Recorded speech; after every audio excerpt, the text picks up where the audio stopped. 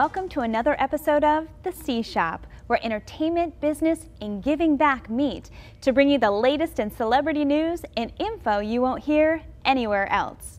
Our celebrity guest is most known for hosting VH1's All Access and being a correspondent on VH1's Big Morning Buzz Live, and you see her everywhere interviewing the top celebrities on the red carpet. But today we'll talk about some things that you don't know.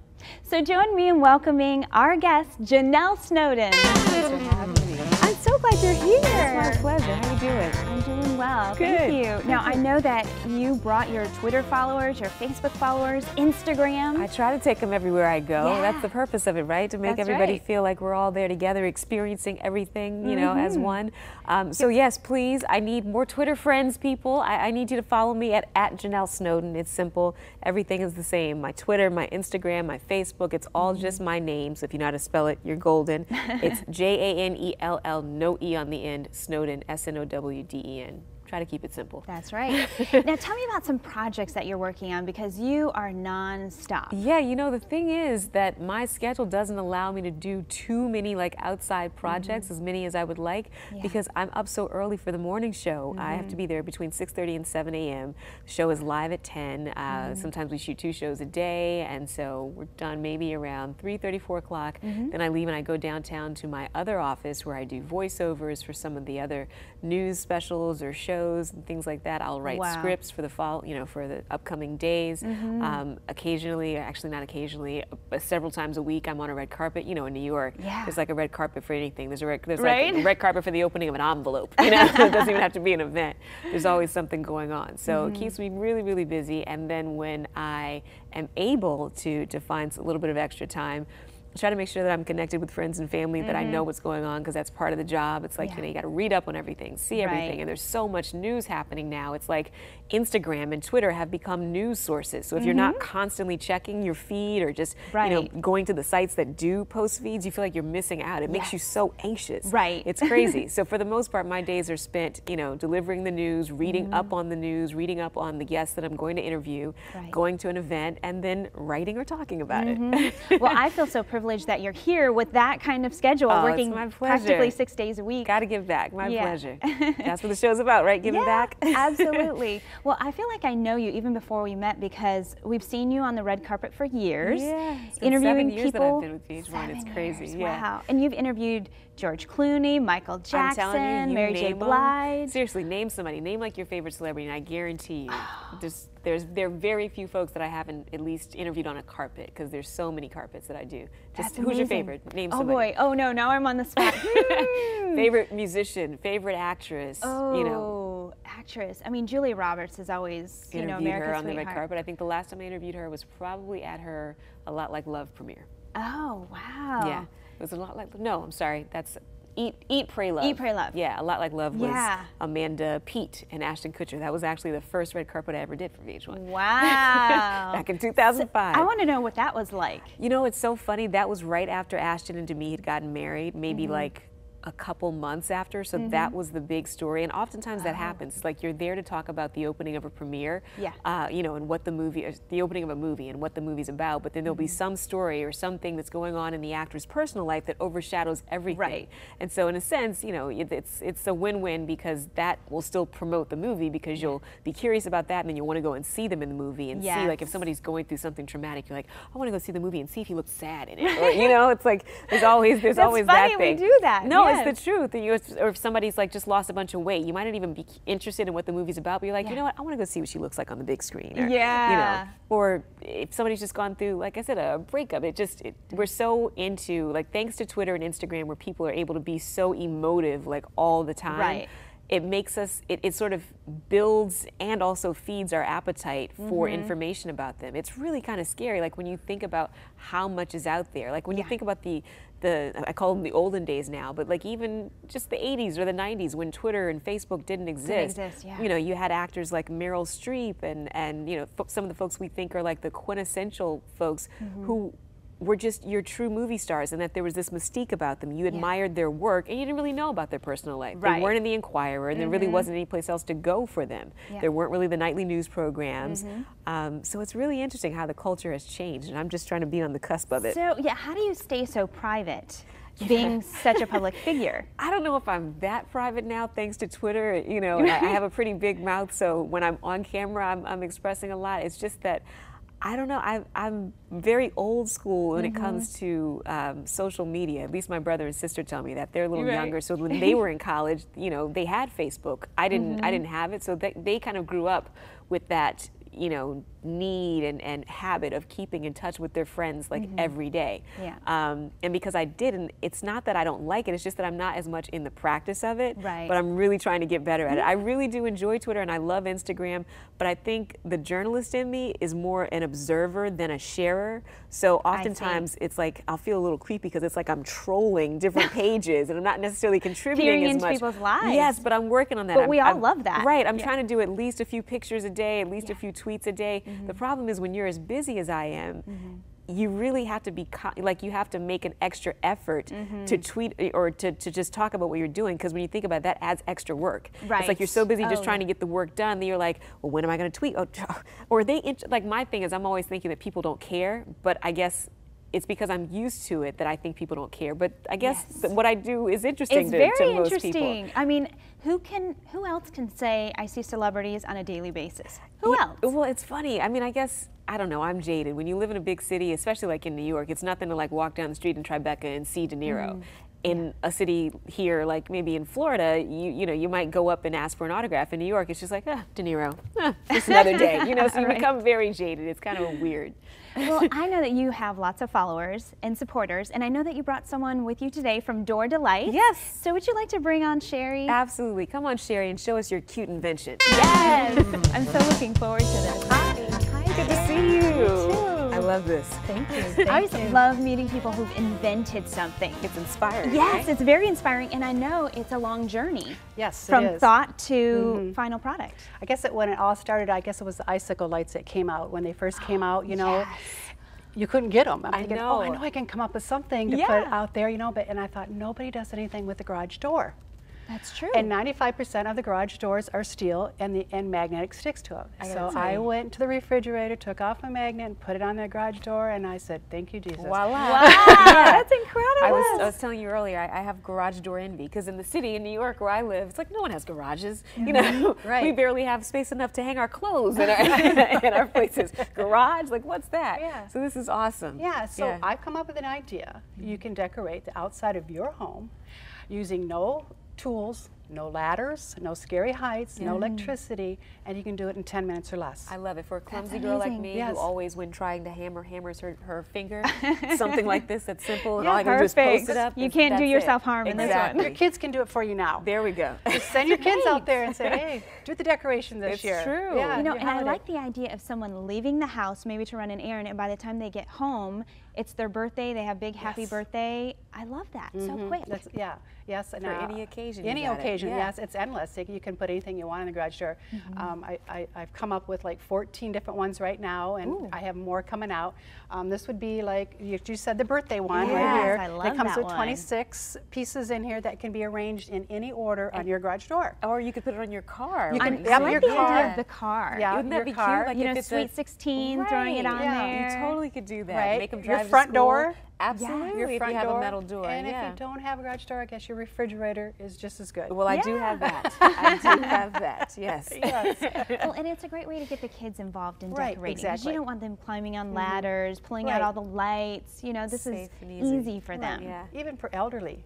Yes. That, you know, that can't get out and decorate anymore. They can put these on their garage door or their refrigerator, just, you know, to say Merry Christmas to your neighbors, your friends that are passing by or something. It's like your personal billboard to your world. Totally. Yes. And for lazy people like myself, who put up a Christmas decoration and leave it up all year long because you do. don't want to take it down and have to put it back up. This is great because you really can take it down easily. Right. Well, and it's actually safe, so I can still use my garage door while it's on there. It doesn't interfere with the operation of your garage door, and like in some of the fun packs that I've created, they'll come in 2 pieces, so on the crack of it you can put it on the crack so your door will go up and it'll just come right back down, and it doesn't even interfere with the garage door operation at all. That's like what we have right behind you, that space right there where the tree makes it functional still.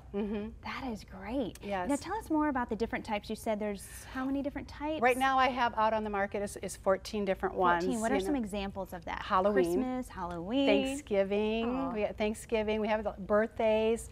We have over the hill, like for a fun one. Oh, fun. It comes with numbers and stuff, so you can put the age up there. You know? Okay. And I have an old guy. Really with a cane. embarrassing.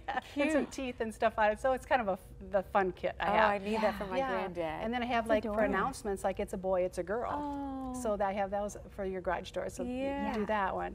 And let me see what else do I got. I got can't you just envision what our house looks like? Oh, I know. You must. Your neighbors. I have a 3-car garage. Oh my goodness. So do you have these up year round? Yes. No, not year round. No. Not year round, but I do at Christmas time. I go all out on my garage door, and you know, I've got like I have a choice, like Happy Birthday Jesus on one side and Merry Christmas on the other side, and then I have Ho Ho Christmas. So I put him kind of like in the middle, so I have a little bit of everything on my garage door. That is so neat. Cute. I love it. And I think it's a great gift idea for elderly people, for kids. Yeah. You know, just people who like to decorate but just don't have the time, which would be me. And I have to say, every Christmas, I always want to decorate, but I just don't have the time. Me either. But this solves that. Right. It's very easy. And then, you know, even if you work in the office, your file cabinets, you could put them on there. Teachers can put them on their chalkboards. Yeah, my mom's a teacher. I put them on chalkboards. Right. For when it's the kids' birthdays, you put happy birthday. Yeah, you can put happy birthday. Saves you the nail trauma of having to erase, and then you know when you the old chalkboard days, then you got to get the wet sponge and you ruin your manicure. Yeah.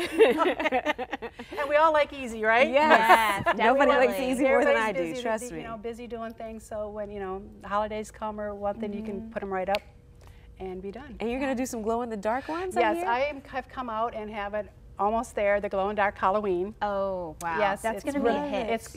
It's really they've done outstanding on this. It's really going to look good. It'll glow for 9 hours on the garage door. Really? Because you got the light all day long. So when you can put it on your garage door, so your bat will glow, and your haunted house. I have a haunted house in there, and Frankie, of course, he's the poopy. Can you imagine if you go to a neighborhood and the entire neighborhood has that up there, and like maybe there's a power outage or anything like that's got to look so cool. I tried to put that on my garage door, but they have a street light right there. It's like, so it doesn't get it shine. out. Yeah, no, you want it to be really dark. Something else, like what if it rains or it snows? It doesn't interfere with any that it's weather resistant. Water resistant. Thank you. Get that out. It's hard to say. Right. Yeah, and it'll stay on your garage door. Doesn't interfere. Maintenance free. Maintenance free. Yes. Wow. Really cute. And you can use them over and over. So when you're done with them, you can put them back in the pack and put them up again and use them for another occasion or somebody else's birthday. And I really want keep to see using some them. pictures of your house. I can only imagine. You must be so creative. Well, I actually go to people that I know, my friends, their birthdays, and I go sneak on their garage door and put a happy birthday on their garage door. I love doing that. You're like the magnet bandit. Yeah. Well, they did call me the magnet queen. The magnet queen. There we go. That sounds more glamorous. So how long was this process? Like your first product came out? When they come out like this, I started like in my own garage making them, and I would go to door and sell them in my neighborhood, and people in my neighborhood would buy them, so I would hand do them.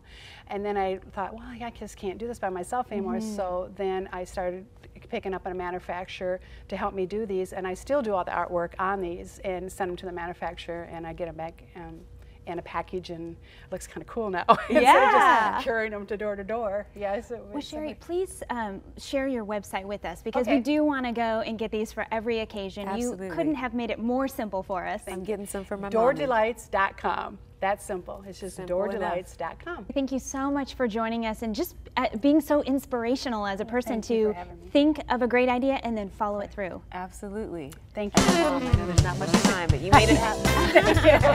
Thank you. Thanks so much. Bye, Sherry. Bye. So, Miss Janell, yes, you have so much going on, but you take the time to be involved with an organization that's giving back. Yeah, several organizations, but one of the ones I want to talk about today is Black Girls Rock, which it was founded by a former model turned celebrity DJ named Beverly Bond, who just has an amazing heart and wanted to try to correct some of the negative images that she felt like teens and young girls are being bombarded with through media, whether through bad portrayals of themselves on reality television or in magazines or in music videos. She wanted to just kind of get a group of girls together, mentor them, and show them that, you know, you don't have to go that route. There's so many other avenues, and part of the way that she does that is she selects a group of girls and she is with them all day long, every Saturday, and they do everything from culinary classes to DJing classes to acting classes, poetry classes. And let's say, for example, in the poetry class, they'll be taught or they'll have a reading from like Sonia Sanchez, like a premier poet in the country, you know, somebody that they would ordinarily never have access to, but are able to just get inspired by, you know, on any given Saturday. And it's just such a great organization because it's so hands-on. It's not like, you know, write a check and we'll buy some girls some school uniforms. No, like these women, Beverly and her staff are with these girls, you know, throughout the year. And then in the summer, there's a program. It's a really competitive camp where the girls have to submit applications, and they come from all over the world. No lie, this past year there was a girl from Africa that was brought in, and you know, it's a nonprofit organization, so we have fundraisers throughout the year.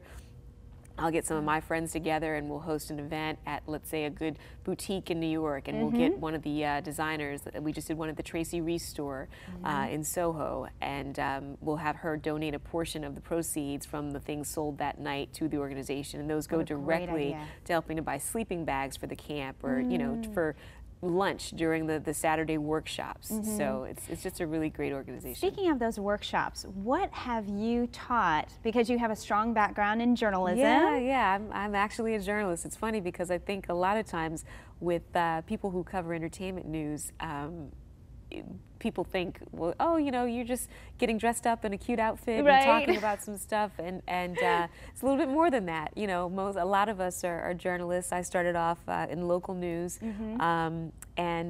so I'm able to talk to the girls and sort of give them a lesson in what it is that I do, and really impress upon them the importance of writing. That's something that I can't stress enough. I get a lot of people who tweet me or email me and say, you know, I want to do what you do, or I want to shadow you.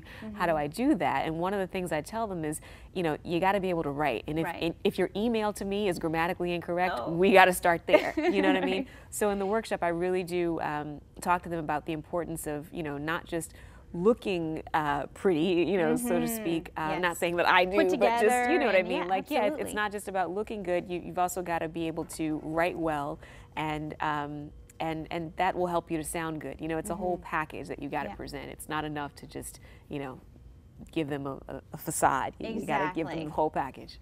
Absolutely. We've talked about some really great products, and now we have to say goodbye, but if there's anything else that you want to share with us, any upcoming events that you have going on? Yeah, there's always an event. I swear, like, you know, I live in New York, so there's like an event just about every night. You Your know, life sometimes is an you're event. going, really, everyone's life is. But yeah, you know, I'm juggling 3 events a night. The one that I'm probably most excited about at the end of the year is VH1 Divas, which this year is honoring Whitney Houston. Oh, how appropriate. Yeah, you know, she was one of the greatest singers of all time. I think Oprah said her voice was like a national treasure. It truly was. I was there the day that she died at the site. You know, she was. I remember seeing the first video, I Want to Dance with Somebody. Who doesn't remember that, right? And I just remember thinking that she was such a pioneer. Yeah. And she was so pretty, in addition to having such a great voice. She was a model first. You know, a lot of people don't know that. But that was before the manufacturing of the music community. It's like she had this amazing talent, and then on top of all that, she had great poise and was gorgeous. Oh yeah, she was a legend. She was a product, you know. She was a hot commodity, and Clive Davis had a lot to do with that. He discovered her, and she called him like her musical father. It was actually at his event that she died. That was like the one time a year where if you had never seen Whitney Houston, you knew she was going to make an appearance. And so it was so bittersweet and poignant and poetic, I guess, in a bit, that she passed on the day of that. So enough sad talk. We're going to honor her with some really great performances from some folks whose voices she inspired. And I'm really looking forward to that. And award season, which kicks off in January, I'm going to be on the road for 4 straight months. You name the event, Grammys, Oscars, Super Bowl, everything in between, I'm there. I don't get much sleep, so That's I should start storing up now for the sleep that I'm not going to get then. But to keep up with all of it, you can just go to my website. I'm going to be posting blogs and pictures and stuff all along. It's just JanellSnowden.com. You can hit me up on Twitter, just at Janell Snowden, Instagram, all that stuff. You can find links to all of those on the website. So the website is a one-stop shop. Yeah. So Janell, is there anything besides the events coming up in the future personally, something that you'd like to do? Organize your closet, go on vacation. God. Organizing, yes. And it's so funny that you mentioned that. My sister is actually an interior designer. She's got her own company called Studio ID. Her name is Jennifer. You can look her up too. And she does great work. She does a lot of commercial projects and residential, everything from, you know, moderate to high end. And she's going to help you. She's helping me. She and my mother have told me that they are putting me out of my junky apartment in Manhattan. And they'd say I've got to go away because I'm a pack rat. I'm a hoarder, so I keep a little bit of everything for sentimental value or for whatever crazy reason. They're putting me out. They're going to come in, organize, decorate. You know, I'm barely there. I say that my apartment is basically just a glorified dressing room because that's about how much time I spend in there. I'm just there to get dressed, and then I keep it moving. On to the next event.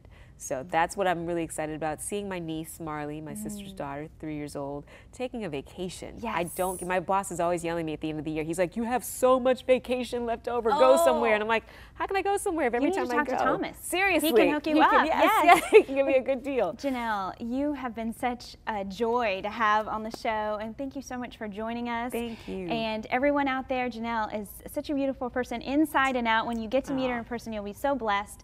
I paid her to say that.